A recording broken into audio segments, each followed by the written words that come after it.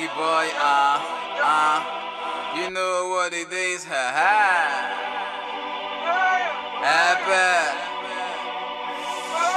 epic. Listen, check. I don't walk, I know be small. See my foot, up, down, around town. See my boots, my foot, them the one in it, junk shoes. Like Banso man, I the fight for my hood. Tara, them the gossip, holla holla. No time for dirty fight, man, bala bala.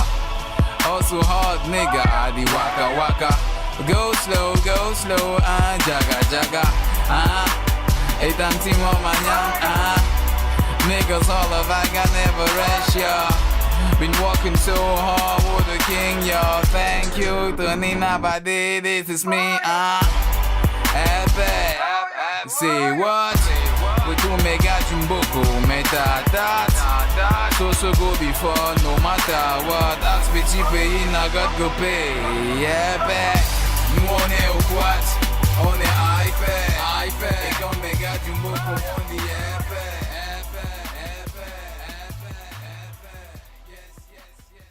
Je suis Yannick de Boussikoué, je suis auteur de bande dessinée, illustrateur de temps en temps et graphiste aussi. Je suis camerounais. Je suis né du côté de Kransamba, dans le littoral du Cameroun. Et à l'époque, lorsque nous on ne faisait pas du breakdance, on faisait du dessin pour impressionner les filles, notamment des cartes de vœux. Apparemment, ça marchait bien. Donc, et au fur et à mesure, donc, j'ai commencé à m'intéresser à la bande dessinée, à des mangas comme Dragon Ball Z. À un moment, on a également dessiné des Strange, des comics américains. Tex Wheeler, Zembla, Hakim, Kwaku. C'est comme ça que, petit à petit, j'ai commencé à aimer cet art qui nous permet de raconter des histoires. Et comme j'étais très timide, un garçon très timide, j'aimais bien raconter des histoires en bande dessinée. Comme ça me permettait de partager mes passions, mes idées avec mes amis. No time for dirty fight, man. Bala bala. Also hard, nigga. Je m'appelle Georges Pondy. Je suis auteur de bande dessinée camerounais, vivant au Cameroun, à Yaoundé. J'arrive dans la BD il y a à peu près une dizaine d'années, peut-être un peu plus. Mais j'ai toujours été bercé par la bande dessinée. Chaque fois que je tombais sur une bande dessinée, je la lisais. Et à un moment donné, les dessins m'intéressaient, j'essayais de les reproduire. Et c'est un peu comme ça que j'arrive dans ce domaine-là, quoi. Donc, en reproduisant les images des BD, à un moment donné, j'ai commencé à créer moi-même mes propres personnages, mes propres univers et ainsi de suite, quoi.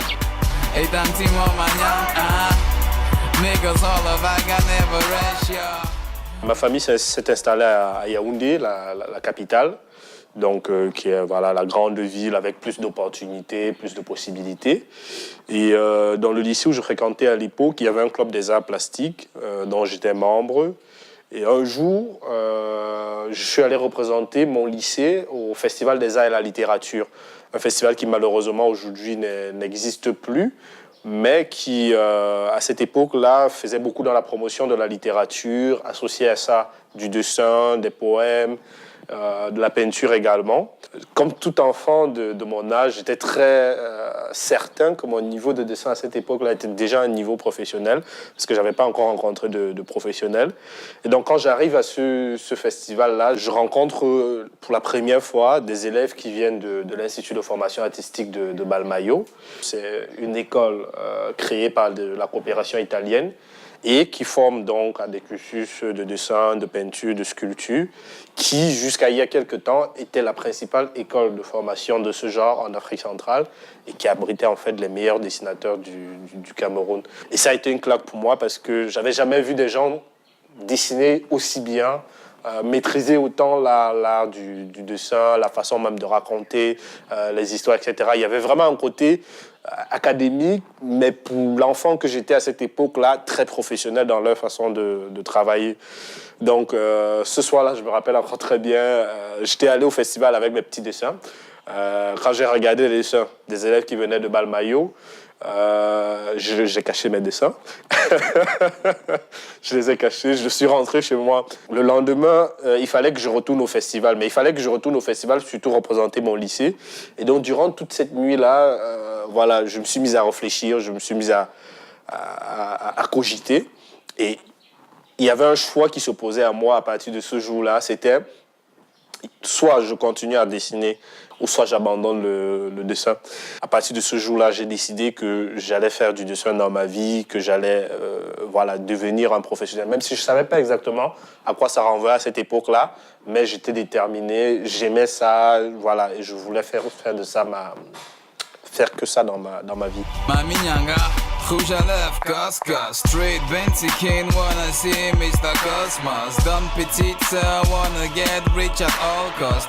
Mala, calm them, wanna be a boss. Epe, sexy Makiro. Overdone and Buito boy that wanna la piro. Jean-Michel, gang, mama, marigo. Il faut pouvoir dessiner plein de choses, que ce soit les humains, les bâtiments, les véhicules, la nature. Donc c'est un peu tout ça qu'il faut pouvoir dessiner. Et ça demande beaucoup de boulot en fait. Donc mes histoires généralement, c'est des histoires de jeunes dans un environnement urbain, quoi. Donc vous voyez, avec tout ce que cela comporte comme décor, c'est tout ça qu'il faut dessiner, quoi. Moi personnellement, j'ai toujours voulu dessiner quelque chose que je sentais réellement au fond de moi, quoi. Quand c'est des histoires personnelles, je dessine des choses que je sens. Je peux pas aller parler d'un sujet qui ne m'accroche pas vraiment. Généralement, j'aime parler de la vie des jeunes. Comment est-ce que les jeunes font pour s'en sortir? Quelles sont les difficultés qu'ils rencontrent? Comment est-ce qu'ils les contournent? Ainsi de suite. Mais parallèlement à ça, il y a également des commandes. Vous pouvez voir, quelqu'un peut venir vers vous. Bon, j'ai besoin d'une BD qui parle de ceci ou de cela. J'ai besoin d'illustrations sur tel ou tel sujet. Et voilà. Donc, il faut pouvoir avoir un horizon assez large, ne pas se limiter sur un seul domaine, se dire je vais dessiner que ceci. Non, il faut pouvoir être assez polyvalent. Donc aujourd'hui, si quelqu'un débarque qui dit j'ai un projet, je voudrais faire une BD par exemple sur la vie au village, ça je peux le faire parce que c'est du travail, c'est mon travail en fait.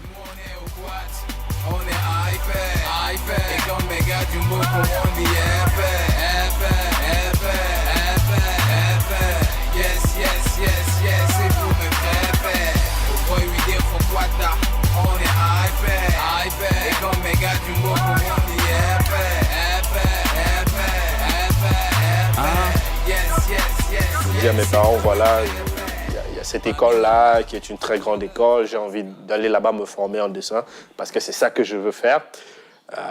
Donc, premièrement, mes parents ne comprennent pas pourquoi est-ce que, au lieu d'aller faire, voilà, de continuer dans un cursus littéraire, comme je le faisais à l'époque, de devenir avocat, de devenir enseignant, etc.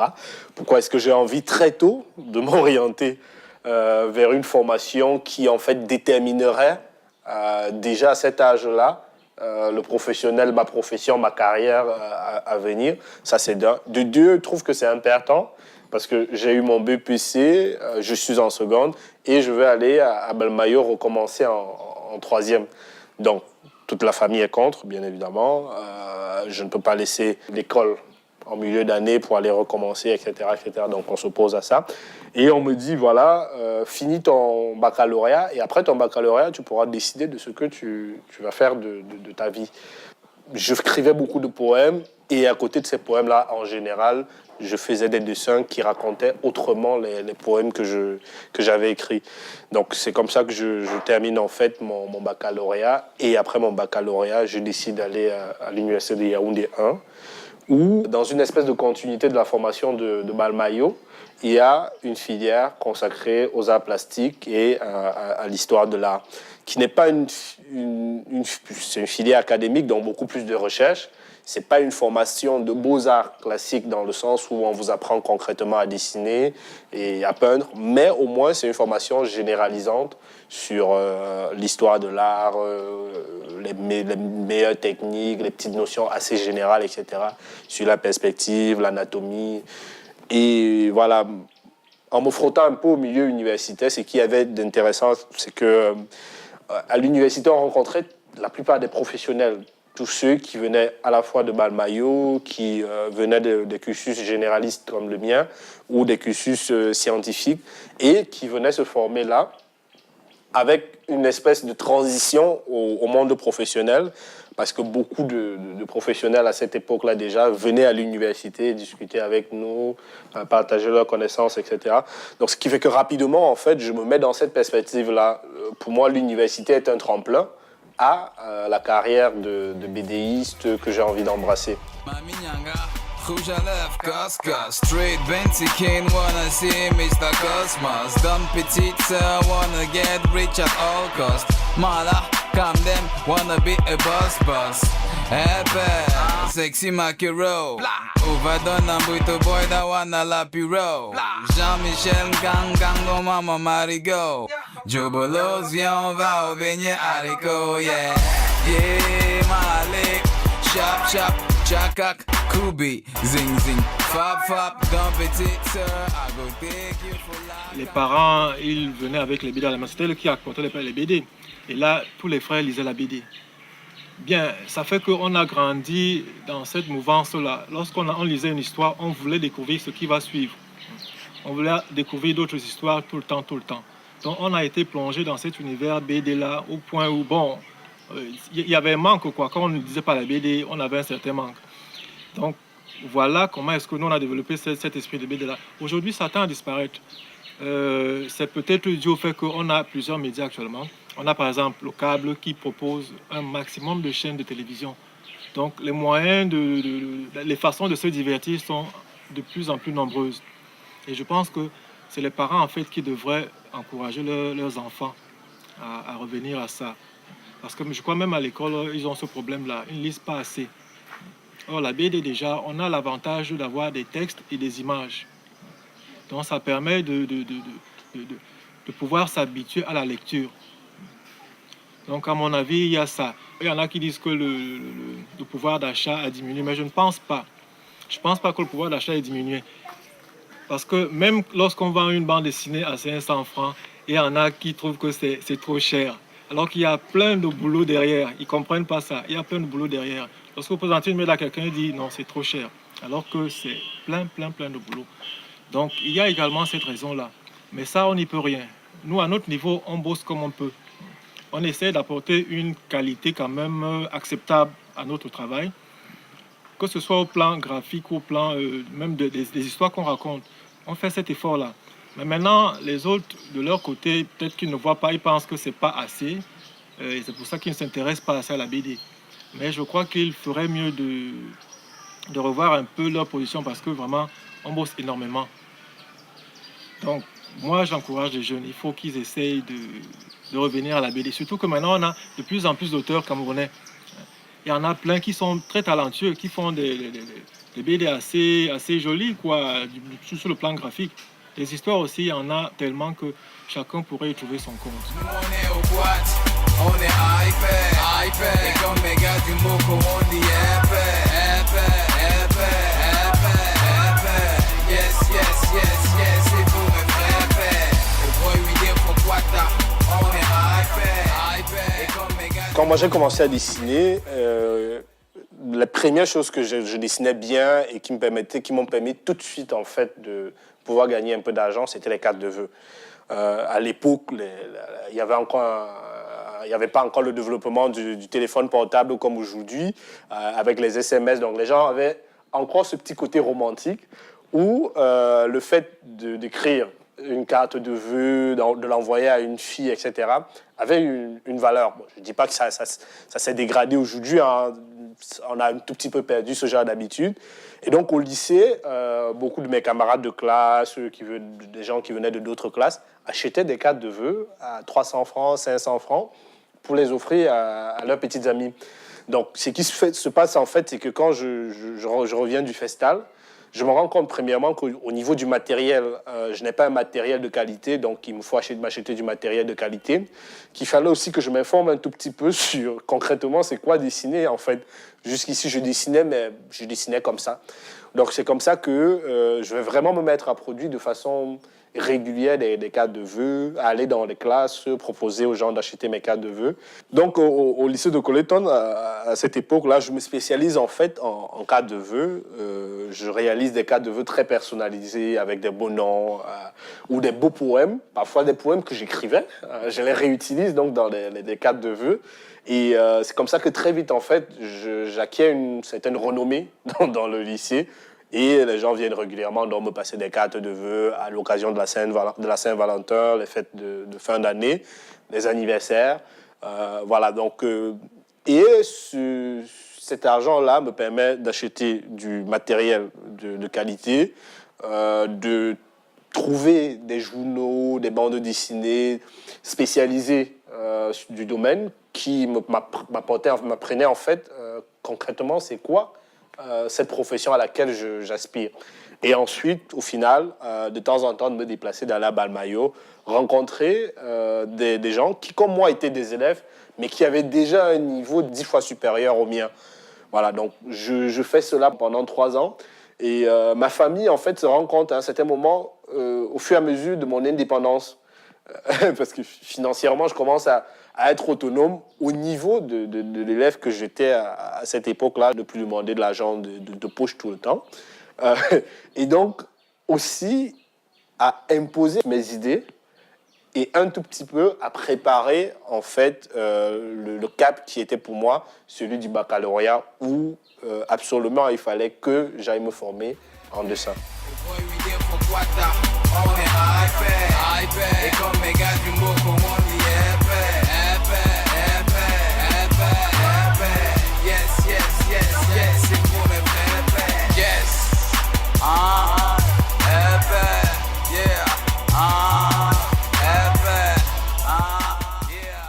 Il faut d'abord dire que les éditeurs ne sont pas habitués à la bande dessinée. Très souvent, c'est des romans qui sont édités, c'est des nouvelles qui sont éditées. La BD, non, pas tellement. Et je crois qu'ils hésitent un peu parce que c'est un truc nouveau pour eux. Ils ne savent pas comment ça va se passer, si ça va accrocher, s'ils vont pouvoir vendre les BD. Et ils sont un peu prudents. Mais moi, je suis au sein d'un collectif. Disons, on a une sorte d'entente avec un éditeur. Il nous a dit ici, il y a des projets de BD qui sont assez corrects, quoi. On les apporte et puis il voit dans quelle mesure il peut les éditer. Mais là, il n'y en a pas beaucoup en fait. Il n'y a pas beaucoup d'éditeurs de bande dessinée au Cameroun. Mais il y a des étrangers qui par contre sont vraiment intéressés par le travail que nous on fait ici au pays et qui aimeraient travailler avec nous. Mais maintenant, il faut que la production suive aussi. Parce que vous savez, ces gens-là, ils sont assez stricts. Lorsque vous avez pris un engagement, si vous avez par exemple un album d'une 50aine de pages qu'il faudra produire dans un délai bien déterminé, il faut que vous puissiez le produire dans ce délai-là. Yes.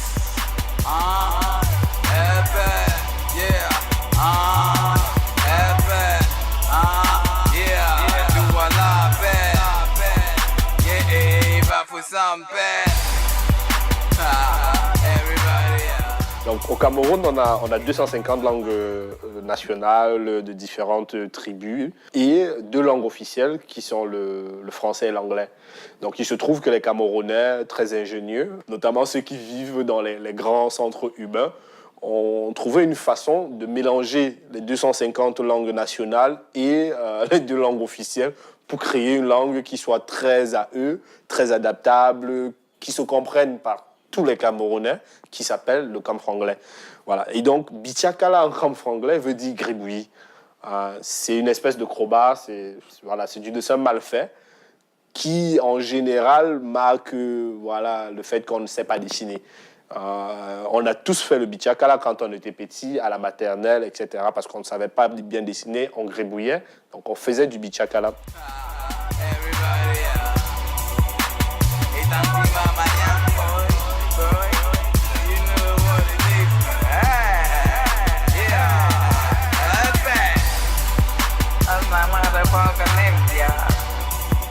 En termes de rapport auteur-éditeur, il y a le fait que les auteurs ne respectent pas les délais qu'ils devraient respecter, quoi. Ça, c'est un souci énorme parce que lorsqu'un éditeur dit, bon, je dois publier la BD à tel moment, il faut que les planches soient prêtes. Donc, ça, déjà, on peut dire que c'est un frein parce que ça n'encourage pas l'éditeur, quoi, à poursuivre dans cette voie-là. Mais ici au Cameroun, j'ai dit, il n'y a pas beaucoup d'éditeurs de bande dessinée. Il y a plein d'auteurs, mais pas assez d'éditeurs de bande dessinée. Il y en a quelques-uns déjà qui se sont prononcés, mais il n'y en a pas beaucoup, ça je peux le dire. Pour mon album Cathy que j'ai sorti là en 2011, bon, je n'ai pas contacté un éditeur au départ, non. Je me suis lancé dans la production de mes planches. L'éditeur ne savait pas que j'étais en train de bosser, quoi.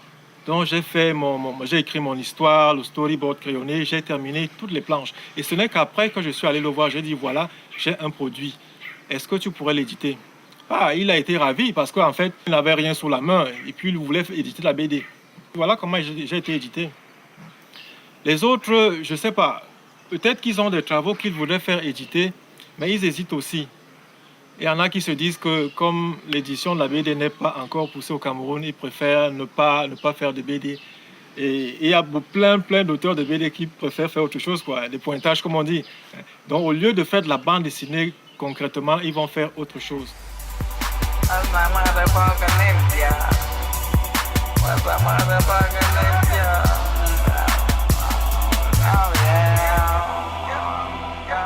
Dans les années 40, il y a au Congo, à Madagascar, en Algérie, des premières productions de bande dessinée.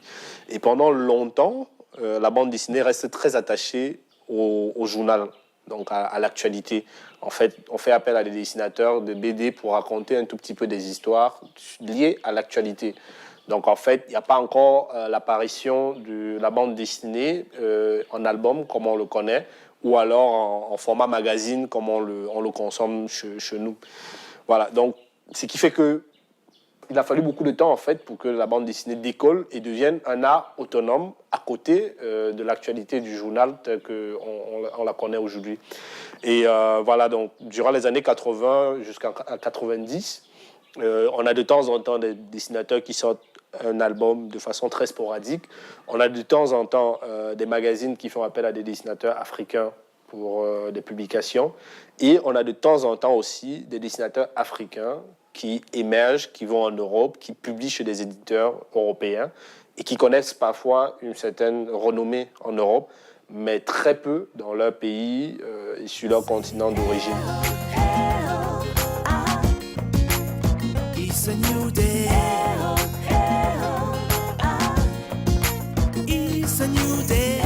Avec l'arrivée des nouvelles technologies aujourd'hui, on a beaucoup d'avantages. Avec le net, on peut avoir accès à des travaux d'autres auteurs dans d'autres pays. Ça fait qu'on voit ce que les autres font. On peut voir la manière dont ils procèdent pour pouvoir travailler, quoi. Et ça nous permet également de nous frotter à ce genre de boulot-là. Donc aujourd'hui, on n'a pas besoin d'aller forcément dans une école pour pouvoir savoir faire telle ou telle chose, quoi. Il y a des tutoriels qui nous permettent de coloriser nos planches, de vectoriser nos planches, ainsi de suite. Donc, ça a beaucoup d'avantages. À part ça, aujourd'hui, on peut rester à la maison, produire sa BD tout seul. Dès que j'ai fini de dessiner, je peux chez moi scanner, je peux nettoyer mes planches tranquillement et puis faire un montage. Et là, j'ai le produit final que je peux présenter à l'éditeur. Hormis cela, on peut même bosser avec des gens qui sont hors du pays, qui sont hors du continent. Et ça, c'est un gros avantage. On n'a plus besoin de transporter des planches partout à main, en courant le risque de les perdre ou de les salir. On peut les vendre également parce qu'aujourd'hui, il y a la vente en ligne. Donc, comme le problème d'éditeur se pose, c'est peut-être une ouverture, quoi. Si on ne peut pas produire des BD papier, on peut les produire numériquement. Et ça également, ça peut rapporter peut-être même plus que la bande dessinée traditionnelle. Et je pense que les pouvoirs publics peut-être gagneraient à faire la promotion de ces auteurs-là. Parce que c'est l'une des choses qui nous manque aujourd'hui. Il y en a qui travaillent énormément, mais seulement on ne voit pas trop leur travail parce qu'ils ne sont pas diffusés. Du moins, diffuser les travaux des auteurs africains, ça permettrait peut-être qu'on soit mieux connu, pas seulement au niveau du pays, au niveau de l'Afrique, mais au niveau international. Parce qu'il y a plein de BD qui ont été faites ailleurs, mais qui ont eu beaucoup de succès ici chez nous parce qu'elles étaient énormément diffusées. Il y a même des auteurs dont on a entendu le nom, mais on n'a jamais su qui ils étaient réellement.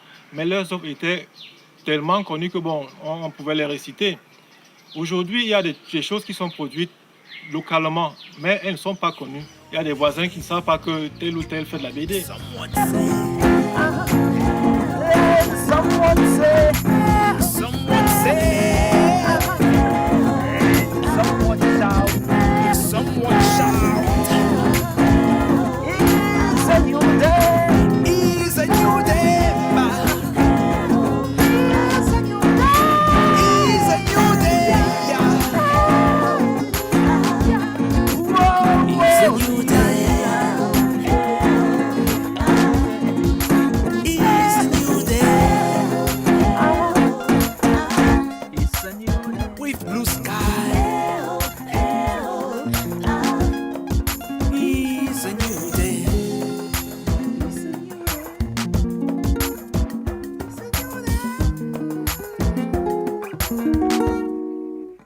Someone say, someone say, is a new day, is a new day.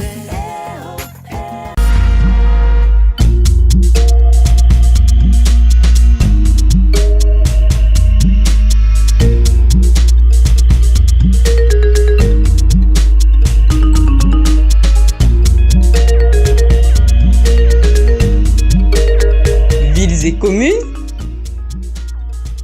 la vitrine des mairies.